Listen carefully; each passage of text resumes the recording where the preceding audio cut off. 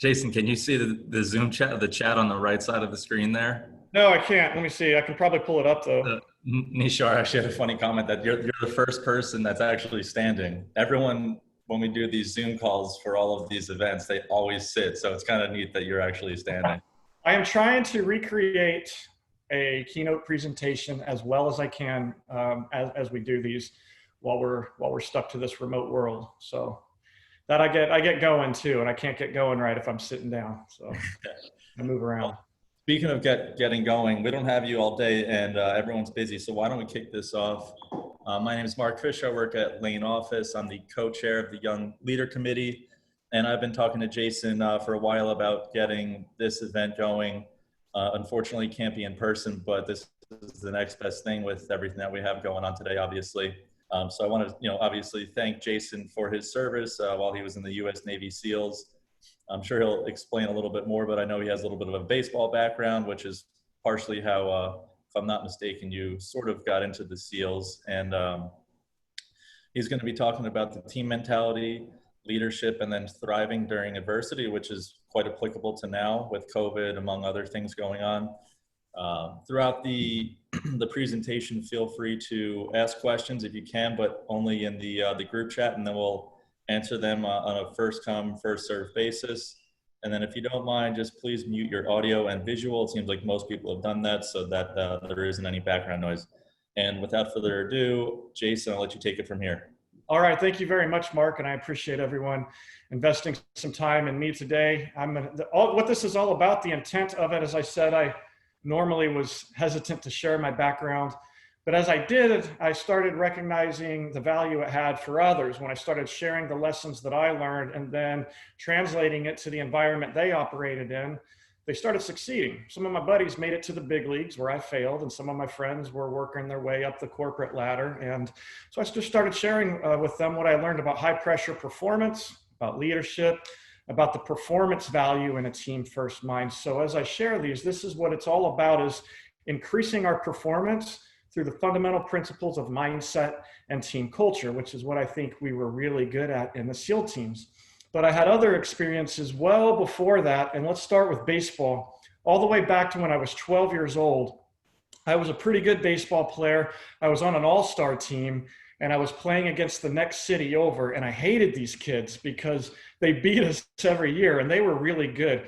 In fact, one year they went on to the Little League World Series. So to just beat them one time would have been a huge accomplishment for me in my young life. And I went out, I was pitching, I went out on the mound, and I quickly struck out the first two batters. Then I walked the bases loaded and I walked in 2 runs. But I was throwing pitches that were over the plate that I felt were strikes. But the umpire was the father of one of the opposing players. And that rivalry was real, and it apparently seeped into adults as well. So my father calls timeout. He's our coach. He's in the other dugout to come visit me on the mound. I start walking off the mound. I'm holding up the ball with my head down. I'm trying desperately not to cry, but I'm crying. And as my dad walks out, I'm thinking maybe he'll yell at this guy, file a protest or defend me in some manner, but he doesn't. He twists my shirt and carries me back to the mound, sets me back down on top of it, and he taught me a lesson that I think saved my life, both literally and figuratively later. He said, "You're the best pitcher on this team, and everybody in the ballpark knows what's going on right now. But you can't control that, and neither do I. And if I put in somebody else, then they're just going to have to deal with what's happening. So do you want to go into the dugout and cry, or do you want to pitch?" I thought, wow, and I managed to kind of look up at him and said, "I want to pitch." He said, "Good. Then stop crying and figure out a way to get people out." All right. And what I decided to do there was go ahead and get back on the mound and continue to throw pitches that were over the plate. And by doing so, what I decided was, regardless of what's happening around me, I'm going to do the right thing anyways. Now, I didn't win that game, but I did win the day because I learned a lesson that even though I had to go through a little bit of pain and a little bit of suffering in that moment, that gives us opportunity to build character. Right now, I could go in the dugout and cry, and it's completely justified. The circumstances, what was happening to me was unjust. It was wrong. And I could go in there and I could cry and I could quit and I could complain and I could blame and tell everyone about it forever. right? But that doesn't have any value. It doesn't help me grow and it doesn't help me win. So I have to embrace my unique set of circumstances, the adversities that are in my life, and play the hero. And that's what my dad taught me to do at a very young age. So I engaged right there and I grew and I got better. And because I grew in character, I then became capable of accomplishing more. So I move on into high school. My father was a good mentor. They probably lock him up for these things now, but I was having a hard time with a group of guys that were a couple of years older than me. And I had walked away from this fight a few times, didn't want to engage with this. And then one day, a bunch of them were waiting for me in a parking lot. And word had gotten to me that they were all going to try to beat me up at the same time and not make it a fair fight. So my dad happened to be with me. He said, "What do you want to do?" And I said, "I don't want to fight, but I think I have to." He says, "Yeah, I think you do too." And so he walked up there with me into that parking lot and he told all of the kids to go home. They said no. In the 1990s teenager language said, "No, we're gonna hurt him, you know, either here or later somewhere else." So my dad said, "All right." And he picked the main guy out and he said, "You guys are going to fight one-on-one and no one else is going to jump in." And he looked at me and he said, "I'm not going to break it up either if you start to lose." I said, "All right." But we didn't have that problem. And after the fight was over, my dad asked me, he said, "How do you feel?" I said, "Well, Dad, I don't feel good. You know, it never feels good to harm someone. And to be honest with you, what I felt was free. I felt freedom from the fear that I had been living in. And what I realized was, although I was scared, courage overcame that fear, and courage creates freedom from fear." And that was a very valuable lesson for me, not just in that moment there, right? Because I didn't have to win the fight, I just had to fight. And I knew the same thing works in life, okay, is our dreams and our goals, our aspirations, the things that we really want to accomplish in life, they're going to follow us around whether we like it or not. And courage will create freedom from that fear, but we have to stop running away from it and we have to engage it. And that's what I learned to do. So I go on into high school. And you know, another thing I learned about fear, I heard somebody say once, I forget the quote, but it says it's 100% dependent on us for its survival. That's not directly from me. And I started thinking about that. And the way we muster that courage up is by deciding that the freedom we want outweighs the pain that we have to take to get there. Because I certainly got hit in that fight. It wasn't one-sided, right? But the reward was incredibly worth it. So I took that lesson into my life and I ended up getting a college scholarship.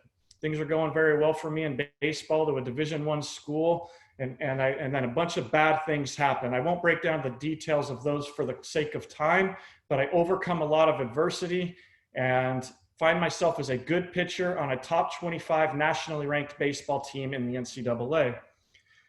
I was about 6 months away from the professional draft and had a very good shot at accomplishing that goal.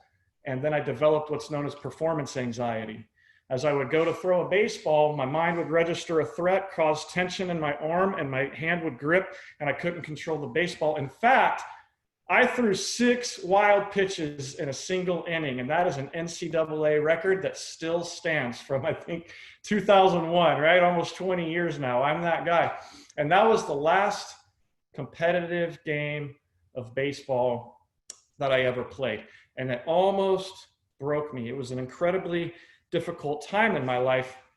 And I started to do things outside of my character because baseball, what I recognized, completely defined me. I was dependent on it for my sense of self-worth, right? And through that dependency, that created pressure, it created stress, and it ultimately broke me down. And I made a mistake in that moment. I forgot the lesson of that Little League lesson there for a moment. And I allowed myself to view the situation. I allowed myself to become a victim, right? And I was a victim of the circumstance, but so are we all. Not one single person in this entire earth has the exact same set of circumstances or adversities or experiences that they're going to face. But when we allow that self-loathing to dictate our action through resentment, through anger, whatever else, it creates more victimhood. Victimhood mentality creates more victimhood. It is an absolutely worthless emotion in an effort to win. It's not immoral. There's nothing wrong with it. It just has no value. in an effort to win. And what I did was, as I had taken this, I started making decisions that were not in accordance with my values and virtues. I became a bum, I became a drunk. And I remember one day I was laying in my hallway, face down, all my clothes on, couldn't remember the last 3 days, drool all over the floor. And I woke up and I thought, okay, man, this thing happened to you. Is it going to determine who you're going to be for the rest of your life? And I knew that I wanted to make a change. So, but I didn't know where to channel this. And that's why I was going everywhere else with it. So I just didn't know what to do. Like originally I channeled it back into baseball. I'm not going to quit. I'm going to keep going. I went and I took a bucket of balls and a good buddy, and I threw baseballs for 6 hours straight until my arm could hardly move it anymore. And I was worse off at the end of the day than I was at the beginning. I was incredibly frustrated. I was angry. I didn't know what to do. And finally, once I had bounced off of all of the walls that weren't working, I went to God and I just said, help me. I don't know what to do with myself, but I'm broken. I'm embarrassed. I'm lost. And I felt these words come across my heart. It said, just wait, something better is coming for you. All right, call it what you will, but that's what I felt. And I had peace, overwhelming peace come across my soul. Now, I still didn't know exactly what was going to become of this, but I learned 2 lessons. 1, victimhood creates more victimhood. 2, that baseball defined me. And I decided when I move forward from here that what I do will no longer define who I am. Who I am will define what I do. 9/11 happened that same year. To watch the World Trade Centers come down on live television. I distinctly remember recognizing, hey, that wasn't an accident. Somebody intentionally attacked us. I became obsessed with military special operations. In accounting class, instead of bringing my homework, I was reading up on Army Rangers, Special Forces, you name it, trying to figure out which direction I wanted to go. But I saw history unfolding before my eyes. I saw a great adventure that I could partake in, right? But again, I had to have the courage to engage and to do it. And I could not think, with my position in life and the talents and abilities and skills that I've been blessed with, of a more worthy cause for me to commit myself to. But I had to have the courage to try. And I learned a lot about confidence through that. And as I was watching videos and wanting to become a Navy SEAL, I was watching one and I saw a video and a guy was interviewed and they said, what is it that makes you guys so good? And he laughed and he said, oh, it's not that we're that good, it's that everybody else sucks.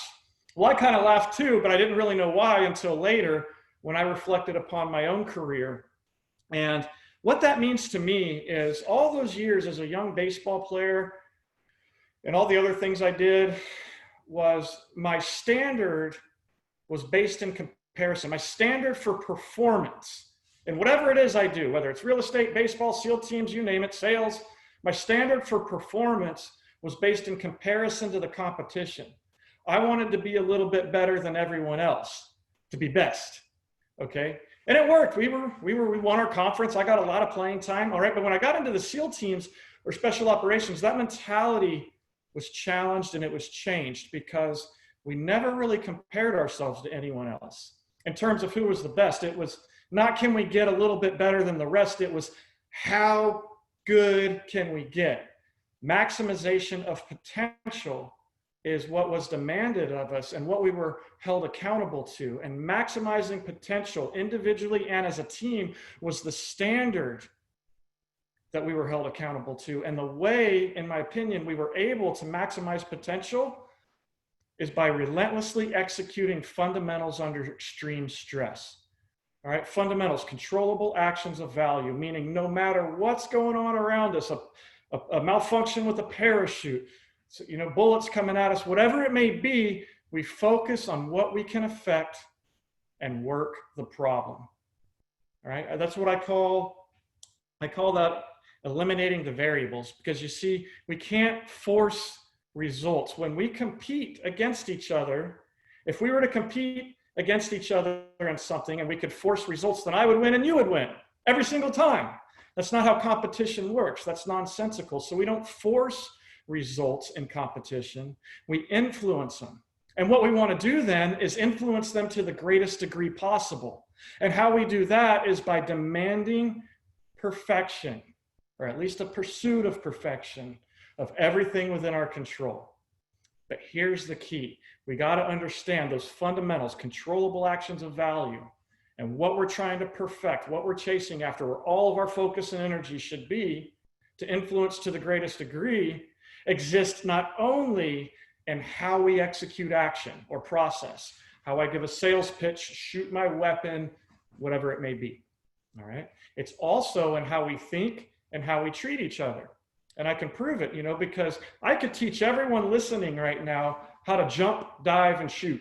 It's not all that difficult, but that doesn't make you a special operator. I've got to know that you can respond properly and execute in adversity. I've got to know that you're going to have a team first mentality when things are at their worst, rather than default to self-preservation, because that's natural. That's what's normal. And that's what we have to fight against very often, is that natural inclination, until our habits become something different. Because our instructors taught us, they said, you won't rise to the occasion. When you get in combat, you're not going to rise to the occasion and perform better. You're going to default to your standard of training. And nothing was proven more true to me than that. And we knew that that day was coming. So what we do today in our preparation makes us who we are when it matters most. We want our habits to be fundamentally sound until they're without thought, and how we do what we do, how we think, and how we treat each other every day. Mechanics, mindset, and culture. And when we pursue that relentlessly, without moderation, they say moderation is for cowards, is one of our sayings, to help remind us of that principle. Because when we truly relentless with it, it creates respect and trust within each other. And that respect and that trust within each other manifests itself into a desire to fight for each other when everything's on the line. And that's what we want to create within our own organizations and in our own teams. But it starts today with that pursuit of best, because even though we can't force results, we can fight for them. We can fight for them relentlessly without moderation by attempting to create fundamentally sound habits. And now I'll get into what some of those habits are. And the first one is confidence. And it's important to understand confidence. You don't have to have it. You can perform well and not be confident. You've done that before. You can be very confident and fail. You've done that before. But when we're confident, we'll create consistency. Confidence to me is certainty, and certainty is being loose, relaxed, and in the moment. And the more loose, relaxed, and in the moment, the more consistency we're going to have. And the more consistent performance we have, the more separation we create. We create enough separation, we become what's called elite, because there's only a few. So loose, relaxed, and in the moment. How do we gain that? It comes from where we place our trust, right? And the problem we fight the problem we battle against as human beings is we're naturally inclined to place our trust in two sources that we cannot control. And those two sources are critics and statistics, all right, or numbers. So what I mean by critics, what people think and say about us. Our minds, I believe our brains work like this. We are constantly receiving information from how people treat us. And through that information, we make a determination often of our own value and our status and the social status. Right? And sometimes that can imprison our belief of what we feel like we can accomplish, of our own potential. And I've noticed that anything hard I've ever tried to do, those people will give you 1,000 reasons why you can't do something. They'll sit around and they'll inspire themselves to do nothing, because it helps justify their choice. All right, but winners find an excuse to win. They find one reason why they can.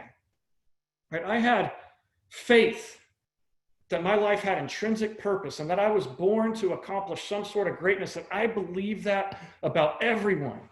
And you don't need anybody's permission to honor that, just the courage to try. And that courage will create freedom from the imprisonment of the critics. The second place is we often place our trust in the odds, right? Not necessarily, so statistics and numbers are a good thing, okay? But we place our numbers in the odds. If you look at the amount of men that quit my BUDS class, so to quit, BUDS is SEAL training, and to quit during Hell Week or any other part of it, you have to ring a bell 3 times and say, I quit. And 83% of my class did not make it through. There were some injuries, but a vast majority of people that go there and fail do so under their own choice. They decide to not continue with the training. They drop on request. There was nothing special about me, okay? We're not extraordinary people, they say. We're ordinary people who are trained to accomplish extraordinary things. And when I look at that, that's 83% of people who quit. So if you had told me that at the beginning of the class, I might not have ever even started, okay? But the way I overcame that is I knew that I could take the easy path. I could go get a job and do something comfortable. But I knew in my heart I was made for something more. I knew this was the direction. Everything was pushed. My passion was working like a compass saying, go this way. And if I denied that, I was denying the very essence of who I am. And easy paths equate to being comfortable, not receiving joy. They don't grow character. Hard equates to joy, and we grow character along the way as long as we respond properly. Like my father taught me on the Little League field. And I was taught to value time. You get one life and you don't know how long you get. So why waste it being imprisoned by the odds? It's supposed to be hard. And why be imprisoned by other mortal people who are running out of time also? Right? We place our trust in critics and odds all too often. But what we can do to negate that, to have true certainty that is not dependent on external sources, is place our trust in our preparation, in each other and those we surround ourselves with, and our conviction and purpose. Trust and preparation. We were taught to have attention to detail, do things the right way or again until we cannot get them wrong, the controllable things. We were taught to give relentless effort. I call that effort that currently feels unreasonable until it feels reasonable. We had to do 2-mile ocean swims in cold water. I was completing the swims, but failing the time. And if I failed another time, I would be removed from my class. And I remember thinking, man, you just got to swim harder. And I swam as fast as I could until I puked. And then I tried to swim faster and I passed the swim, barely, but I passed. And I thought to myself, if I could do it once, I could do it again. And if I can do it again, I can do it as many times as I want. I just got to ask myself, is what I want worth it to me? Not do I want it. That doesn't separate me from anybody. Everybody wants to be successful. Everybody at that training wanted to graduate. Is what I want worth it to me to do what is necessary to create it?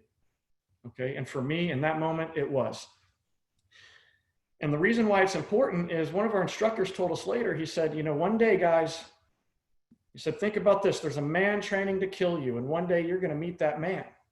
And when you do, you're going to know, you're going to be certain, you're going to be confident that you're better prepared for that moment than he is. And you're also going to have better men next to you with the team first mind, right? The people we surround ourselves with, that's why we have Hell Week. Why do we have such a high attrition rate? Because we never sacrifice character for talent. I saw our biggest, fastest, strongest guy cry and quit on Monday morning, and I was so happy to see him go, because when things got hard, he blamed other people and he complained and he whined. He was the kid that probably cried in the dugout, okay? And even though he had all that talent and ability when things were easy, he provides us no value in a gunfight that I'm about to tell you about, because talent is worthless when it runs away, and character is priceless when it's time to hold the line. So in our promotional and in our hiring systems, we've got to have something that evaluates character in addition to skill, and have conviction and purpose. Short-term failures are necessary to create long-term success. For everything that I've accomplished, there's a bunch of failures underneath each one of those. But again, character has grown through those. So you become more and you can accomplish more through them. You are forged, not broken through them. But you got to be willing to take the hits along the way so that you're a much better individual 5 years from now and a much stronger, better company 5 years from now by responding well to these hits as we go. And there's a lot of them out there right now, and I'm feeling it too. It's tough out there. But the moment will pass. And when it does, and we look back, are we going to be proud of who we were and what we did? And that's the question that we should ask ourselves, because that's the beginning of mental toughness. So confidence. And then second fundamental I'm going to talk about is mental toughness. To me, adversity has properties. It's when circumstances are unfair and uncontrollable. And the best way not to fear adversity is to understand the value it provides in our life. You see, adversity creates a struggle, and struggle creates reward or opportunity for reward, dependent on how we respond. Do we engage or do we go cry? Right? And adversity is real. It hurts, okay? But the thing to realize is that there is no reward without the struggle. And the greater the struggle, the greater the reward. And we have to realize it's supposed to be hard. Hard things, if you want to accomplish something hard, difficult, become very successful, it's supposed to be hard. Hard things meet heavy adversity by their very nature. Otherwise, they'd be easy and everyone would do it. And that's why our instructor said, embrace the suck. The suck is coming. Whether you run away and hide or not, the suck's going to come. Life's going to punch you whether you like it or not. So you might as well punch back and learn how to respond. And that's what I learned how to do. I remember running up and down this hill, up and down the sand hill. And this kid's like, my leg. And the instructor swarmed him and they said, it's supposed to be hard. Where do you think you are right now? So when we engage in a battle and if we run away the first time we get hit, we have to realize we chose to be here. This is what we want and we have to earn it. And the way we earn it, the way we respond and be mentally tough, I don't want to say just be mentally tough. Here's how to do it. Our emotion is initially driven by the environment. Something bad happens that is unjust, unfair, uncontrollable. And it makes us feel bad. And a lot of people will live their entire lives acting according to how they feel. Mentally tough people stonewall it. That's the name of my company. They stonewall that emotion right there, and they insert thought and action of value. Will my response have value or no value? And the way they do that is by shifting focus. Environmentally driven, a bullet flies by. It's scary at first, and then I shift my focus into two things. The execution of action process. What do I need to do to win? And the people around me.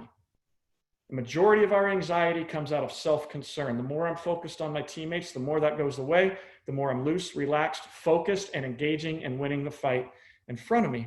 And I learned this through the most dangerous situation I've ever found myself in. And I wasn't in a lot of fights, not nearly as many as a lot of other guys, but I was in one that went a little bit south, and we were on a deployment. Right before the deployment, I had my little girl born. And I spent 3 weeks with her, and then I went overseas. That might have been harder than Hell Week, was leaving her. And we're now on the end of deployment, and we're coming home. Or at least we were told we were coming home. But then we were told we had to go back out on one more operation. And our mission was to kill or capture a really bad dude in a land far, far away. And we get this information. I would normally have more people on my team, but for reasons undisclosed, it got cut down to myself and one other Navy SEAL and one of the local soldiers, okay? And we would go in a little bit ahead of a larger force. So we're supposed to have gone home already, at least we thought, get the team cut down, and a few other things that probably met those properties of adversity. We take off through the city, get to where we're going, and as we're making our way in, we come under effective fire. People wake up, they start to engage us. No big deal. This isn't our first rodeo. We've ran our plays so many times, we can't get them wrong. I move into the contact to attempt to suppress it. My buddy moves behind me to get to a better point. It's my turn to move now as we're covering for each other, shooting, moving, and communicating, but the fire becomes effective. There are a few men on top of rooftops, and there are a few things called tactical advantages, and we didn't really have any of them other than we were trained better than these guys. And as we're moving, my buddy says, hey man, stay down. Stay down. I'm crawling on my belly, trying to get to him. A few rounds are snapping over my head, impacting the wall behind me. He goes, dude, do not get up, stay down, and go back to where you were. As he's trying to shoot and cover fire for me, we just couldn't suppress it. So I start crawling backwards. I get to where I'm going. I think the enemy is probably going to try to flank us and come up this street that's offset and a little bit behind us. I dive through a pile of trash to conceal myself, poke my head out the other side of the street. thinking, Lord, please don't let anybody be in the street. But there are a few people making their way towards me. I engaged them with warning shots. Really stupid thing to do, because once you shoot warning shots at people that want to kill you, they then know where they are and they engage you. So now we've got a contact front and a contact right. We're caught in a bit of a crossfire. And I remember in that moment, my teammate says, it comes over the radio, he says, Jason is pinned down and you guys need to get up here now. Calling back to a larger force that could come help us. Now, I don't like to say that I was pinned down. I'll just say that I couldn't move left or right or up or down without help, and or a high likelihood of getting hit. So I want to tell you what I thought about in that moment, because time slowed down. And when it did, a few things crossed my mind. And the first thing was managing emotion. So I remember I did have a flash of my little girl in that Disney World trip, quick flash. And that's called emotional attachment to the outcome. I want to live and I don't want to die. You want to succeed and not fail. All right. And that can oftentimes create pressure. I feel like I've got to force it. When I feel like I got to force something I can't control, or I'm dependent on it for my self-worth, it creates pressure and stress. And that does not help us become loose, relaxed, and focused in the moment. Well, rather we harness it and we turn it into aggression. We allow it to fuel our fight.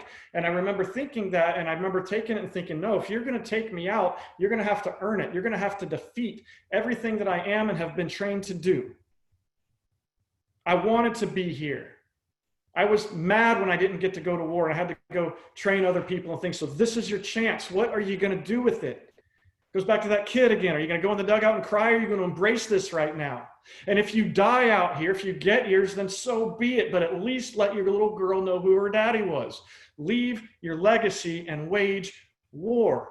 And honestly, in life with legacy, that's what people are going to remember about you. They're going to forget numbers and certain successes, but they're going to remember who you were in critical moments. So you harness the emotion and you allow it to fuel your fight.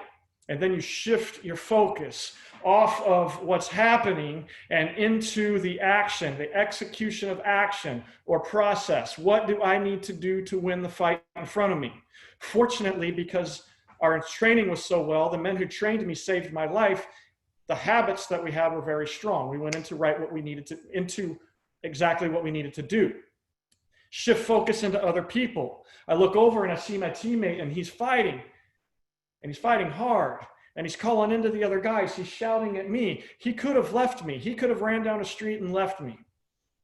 But I knew he wasn't going to. And that gave me a lot of certainty in the moment. I trusted him. And because of that trust, it manifested itself, like I said back in the beginning, into a desire to fight for each other. And then we went to work. Some of our teammates were able to get up there and throw some grenades and provide some cover fire for us. I was able to move and link back up with the other members of our larger force. And now we're going to go through and we're going to assault this area that we had just been shot away from. And as we do so, I was going to go in the courtyard. I was going to go in the gate first because I had seen it and it made tactical sense for me to do that. But I was scared. Okay, we have fear. And I remember locking in. I got an infrared laser I can see with my night vision, locking into that, locking my focus into something small and a deep breath. And what I was doing there, it doesn't matter what happened 2 minutes ago. It's over with. All that matters is what I've learned from it. I'm letting go of it, releasing it, and I'm locking in to win the fight in front of me. Let go, lock in, win the fight in front of you every day, during moments a day, because I'm not the only one going in there. There's somebody else going through that gate with me, and it is selfish for me to be any other version than my best before we do. So we let go, we lock in, we win the fight in front of us, because this 3.5 seconds in front of our face is all that matters. And we focus on each other. And the way I learned to do that is the value in the team first mind. And I'm going to finish with this principle. So we hit confidence, mental toughness. And I want to talk about the value of a team first mind, the performance value, because a lot of times we think of it as a moral value, and it is. I want to be a service, selfless type person because it's the correct thing to do. But have we ever thought about how it helps us perform better to achieve our individual goals? Every day, I believe we have a choice, and we fluctuate along this spectrum, okay, of Status or service. Status meaning I want to be a big deal and receive praise from others, and versus, the joy and accomplishment. And it's different from goal setting and wanting to accomplish things, prove people wrong. That's all okay. It's when my why, my purpose, my motivation, okay, that driving internal force is status driven. I want people to think I'm a big deal. It drives failure because I can't control what people think about me. And when I feel a need to force, for me to be a big deal, other people have to think I'm a big deal, and I'm dependent upon that. And when I try to force that, something I can't control, it creates pressure and stress, the opposite of being loose, relaxed, and in the moment, which creates consistent performance, which creates eliteness, right? So the other side of that, selfless service to team and mission. Selflessness, it means we give to the team, we serve the team without expectation of anything in return. But check this out. It doesn't mean you're not going to get anything in return. It just means we can't have the expectation attached. Otherwise, it's not truly selfless, okay? And when we serve each other, it does two things that help our performance. It reduces anxiety to a minimal level, and it creates the most effective form of motivation. And here's how. How does it reduce anxiety? If I get concerned before a combat operation, if I get concerned for my own life and death, it's for my own life and death. So that anxiety is like a parasite feeding on my own self-concern. And if I defer that concern to the well-being of teammate and accomplishing the mission, I've taken away the source, right? That anxiety has nothing to feed upon. It has nowhere to go. It's very difficult to do that at a complete and pure level. But the more we can create that as our habit and part of our character, the more loose, relaxed, and in the moment we're going to be. And when we act in a selfless nature, we then create the emotions of trust, of love, respect, and we're operating out of those, all right? And the thing to recognize is the action comes before the emotion. You see, a lot of times we want to put family and brotherhood or whatever it is on our core values, on a sign in our office or on a shirt that we wear. And the thing is, they're just words unless we live them. But we think, man, so-and-so owes me something first before I do, right? We all get that way. So one day we've all just got to decide, hey, no, I'm going to live this way. And if we all decide to live this way, then we collectively as a team thrive and as individuals. And as we act that way, we create trust and love and respect. And it's the most powerful thing on earth, and I can prove it. If I were to give you guys an opportunity to fight me in Mortal Kombat or a fist fight, and you probably, and you could tell everyone you were tougher and took down a Navy SEAL, most people don't want to do that. But if you change it and you say, what if I had the person you love the most in this world behind me and you had to come through me to get to them or you would never see them again? Probably everybody listening would fight me then. But the problem didn't change. It's still me and whatever you assume my ability to be. But the motivation changed.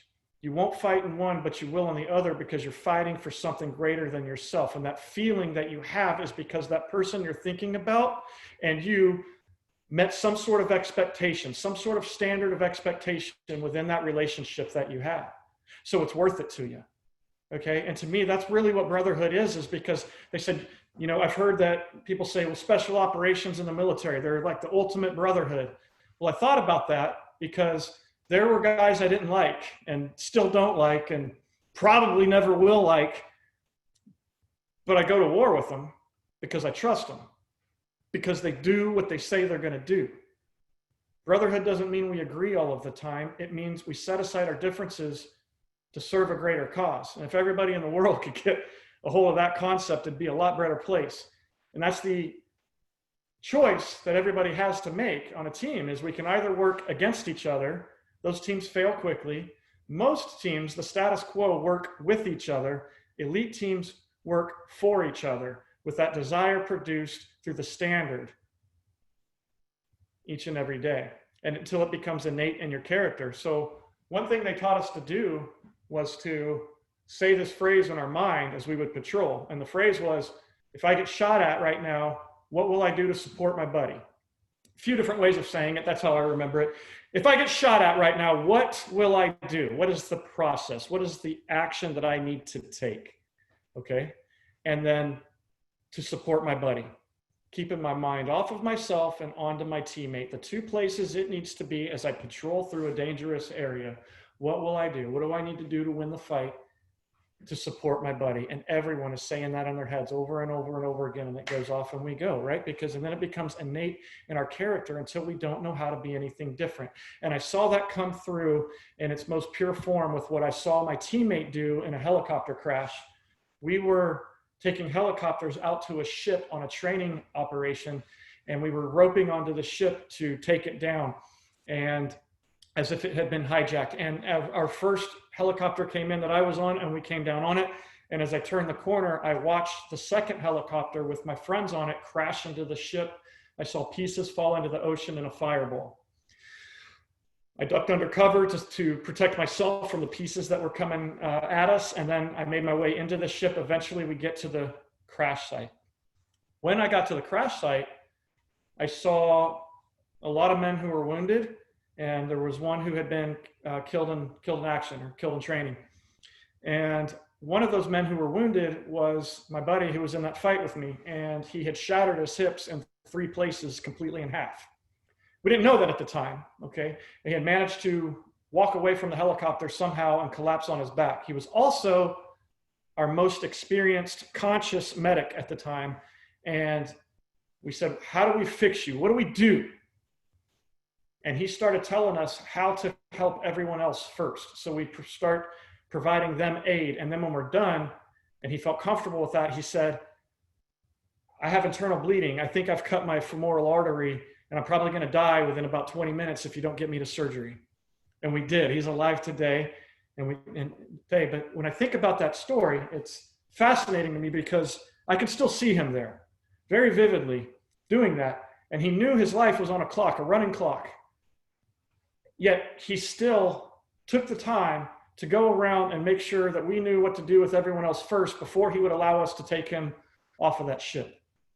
And the thing to understand about it is that's not a decision that's made in the moment, because you don't rise to the occasion, right? You default to your standard, and his standard had been selfless until it had become innate in his character, and he didn't know how to be anything different. And you may ask, what's the performance value in that? And it's a fair question. When you look at a man and you know that he would die for you without hesitation, and that's what I saw in his eyes. I hope I have that in me, but I saw it in his eyes, and I know it without a doubt from him. You trust that man. And that trust is what gives you the courage to get back out there and win the fight in front of you. It's how winning is done, and it pays to be a winner. And with that, I will turn the mic back over, and I would be happy to field any questions that anyone might have for me. If it's something I can't answer, I'll just simply tell you that, but feel free to ask whatever you'd like. And I appreciate your time. Thank you all very much. Jason, that was incredible. Thank you so much. We do have a few questions over on the side there, and if anyone thinks of any, feel free to add them to the group chat. But the first one, I'll just read it verbatim. It says, it seems like you define confidence as more of a practiced habit than a personality trait, sort of like grit. How do you build that? Yeah, it's probably a little bit of both. So I try to break these intangible feelings and thoughts into something that is process driven, that we can create and will work in any high pressure environment to the best of my ability. But nothing's really that clean, unless it's like math. Okay. So I think that confidence can be gained through experience. The more success you experience, the more internal innate confidence that you have.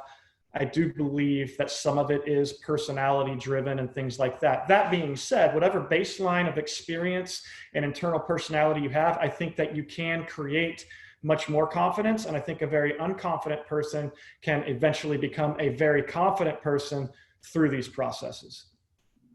Okay, awesome. We got another one. Jason, how do you motivate or influence your team members who might not be as focused or passionate or motivated as you? And then a little part 2 or add on to that is especially, right now, because you're not able to build or maintain relationships in person as we had, back in February and previously. Okay, I don't want to get off track on that. So it's how do you motivate those who are less motivated? Yeah, basically, how do you motivate or influence your team members that might not be as focused or passionate as you? And then especially given the current environment. Yeah, because you can't really see them in person or you're limited, and most of the interaction is on Zoom or FaceTime or phone calls. Yeah, so how to motivate the unmotivated? Well, it's a fair question because, so one thing I skipped over in the Team First Mind, you know, when you talk about brotherhood and commitment to team, it's much easier when you're at war and you're in a combat unit, because the cause we're serving at its most raw form is survivability. I don't want to die, and neither does my teammate. So we've got an underlying force that creates a desire to set each other up for success. The better he is or she is, the better chance I have at surviving this thing. And that underlying force does not exist in the corporate world or the athletic world. In the athletic world, there is a little bit more of that passion, because we're either trying to go pro or, you know, big league ball players, you know, they're living out a dream, whatever it may be. But, you know, anything becomes a grind after time. And then in the corporate world is where it's much more difficult to create that, because that intrinsic passion may be a little bit less. So you can always remind people of their why and visit that a little bit. Why are you here? Why do you do what we do? Starting with the right people, hiring people who have some sort of intrinsic passion about, you know, whatever industry it may be or role that they are fulfilling, and then people of high character traits. But given all that, and say you're right here where you are right now, different things motivate different people. So I've noticed that empowerment can help motivate people. That being said, there's pieces in place. If you go straight to a very decentralized leadership and empowerment structure, it can wreak havoc. Ours in the SEAL teams is very decentralized, but there's processes in place that make it effective. And I've seen guys from our community try to implement that in other places, and it can be not great. So, but empowerment does help people. When they're empowered, they feel, all right, an increased sense of responsibility and ownership in what's happening. Transparency, being completely transparent with how and what decisions we're making and why. And then incentivizing. Incentivizing is difficult because people value different things. One person may want more time off. Another person may want more money. One person may want more opportunities to be promoted, whatever it may be. But I think the most powerful thing, honestly, regardless of all of those, is human connection. And in the current environment, that's what we're losing, because all of our engagement is very serious business work. And where we connect with each other in an office space is not during the meeting, it's the 5 minutes before the meeting, when we're talking about our kids' baseball and soccer games and gymnastics, and we're talking about whatever, current events, and arguing with each other even, or agreeing with each other, whatever it may be. But we're connecting and we're developing relationships on our break periods and our lunch breaks, and we're not doing that now. So I think that becomes very difficult. So I think we need to be intentional about creating connection and developing relationships within our team, and asking them, maybe not too personal, but having some of those personal conversations with each other. And I think that truly motivates people more than anything else. Okay, awesome. That sounds great. Sort of a related. Oh, that's all right. Hey, the more the better. Sort of a related question. What do you do to refocus teams that you work with on that purpose, and that purpose being in quotations? So particularly during these times when there's so many other things taking up the mental space and people are worrying about a lot of different things. Okay, say the first part again. What do you do to refocus teams that you work with on that purpose? Purpose, you know, being in quotations, so emphasis on that. Yeah. Especially during COVID, when there's a lot of other things that people are worrying about. Okay, so as a leader, and if you go to my LinkedIn profile or to the website, it's stonewall-solutions.com. I wrote an article about mindset specific to COVID, and it will relate to this. But we have to honor that people's, not only their professional lives have been interrupted, but also their personal lives, because kids are home, we're trying to work remotely, whatever it may be. And so somebody asked me, she said, well, how do I be a great homeschool teacher and get my 8 hours a day in at work and do this and do that? And I said, you don't, because you're trying to invent time, and you can't invent more time. You don't find time, you prioritize time. So I said, instead of being time oriented and I'm going to get this many hours of this thing in, be more task oriented. What are 3 to 4 things you need to do today for business? And what are 3 to 4 things you can do to keep your kids on the right track or whatever it may be?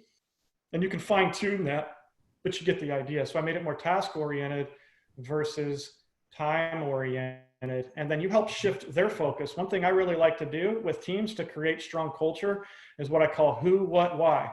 Who are we? And come up with 3 core values. Just 3, because that's all we can focus on effectively. And then what is our mission? What are we trying to accomplish? And then why do we want it? And then, you know, even in a brief Zoom meeting, you can say, hey, let's review our who, what, why. We are, you know, team enterprise, and this is what we're about: hard work, customer service, and, you know, being thankful, whatever. And then this is our mission, what we're going to accomplish this year, and here's why and where it's going to put us. And, you know, just revisiting that often. Gotcha. Thank you. We got another one here, a little personal. Your personal story is inspirational given our current global situation, with many feeling that we are under an insurmountable and invisible enemy attack. What advice or guidance would you offer to anyone to find that personal empowerment that you found?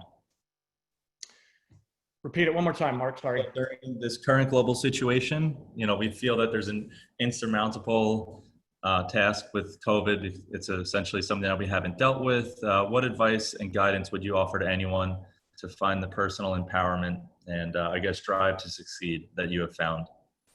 Okay, so I would go back to the moment will pass, and when it does, are we going to be proud of who we were and what we did in that moment, right?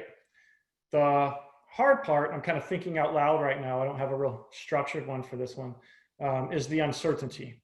So to just be completely honest with everyone, what I've always done with uncertainty is taken it straight to God, and I've prayed, all right? And that has always produced for me over the course of my life. Maybe not right in that moment, but having that faith that I am either going to be forged through this difficulty, and I'm going to value who I become in this life and the character through the hardships more than gaining comfortability or money or whatever, okay? I've lost a lot when this hit. I can dwell on that all day long and think what if, or what we could have had, or whatever was going to be one of the best years Stonewall Solutions ever had. Or I can just get my mind off of myself and realize other people are struggling too, and do the best that I can to help them. And I battle this. I'm not perfect at it. I go back and forth too. I have my woe is me moments also. Okay, but I get back into faith. I honestly, be honest, I mean, if you guys want me to just be very raw and real, I try to stay off of social media as much as possible. I don't even really watch the news all that much, okay? I try to take care. If I could take care of myself, right, and I can influence the others around me in my spectrum, then that's what I can do. Now, if you want to do all that and you can handle it and you need to be, whatever, that's fine. I'm not knocking it or anything else. I'm just telling you what helps me, all right? And that's usually where with uncertainty, that's where I take it. I take it straight upstairs, and I believe and I have faith that this is going to work itself out. And even if it doesn't and it works itself into something bad, I'm going to grow through it. I'm going to be forged until one day I meet my maker. All right. Incredible. I'm getting a lot of positive response here on the side. If anyone has any other questions, feel free to ask them, you know, in the chat, or just turn off your mic and ask Jason yourself. But we got a couple more minutes for some Q&A.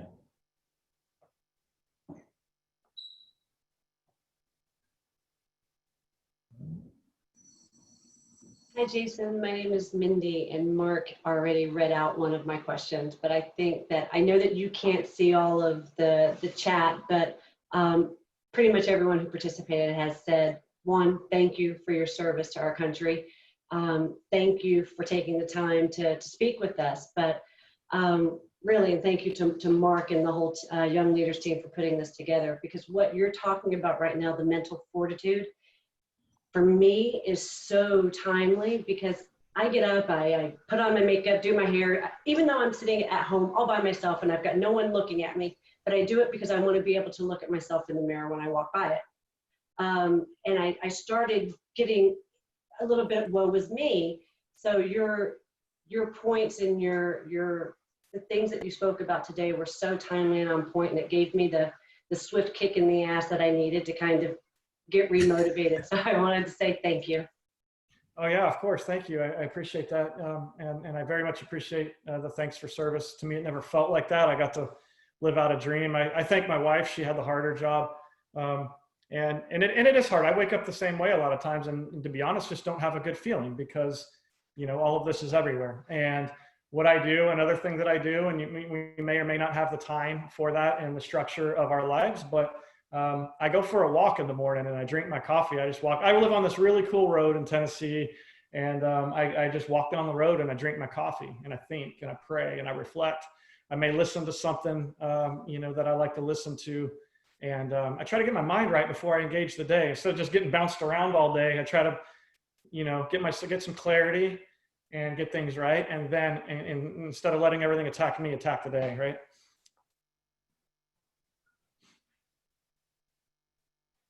Well, Jason, I don't know if we have any other questions, but this was absolutely phenomenal. I think I speak for everyone when I say, you know, thank you for your service and thank you for sharing all of your insights. It was incredible.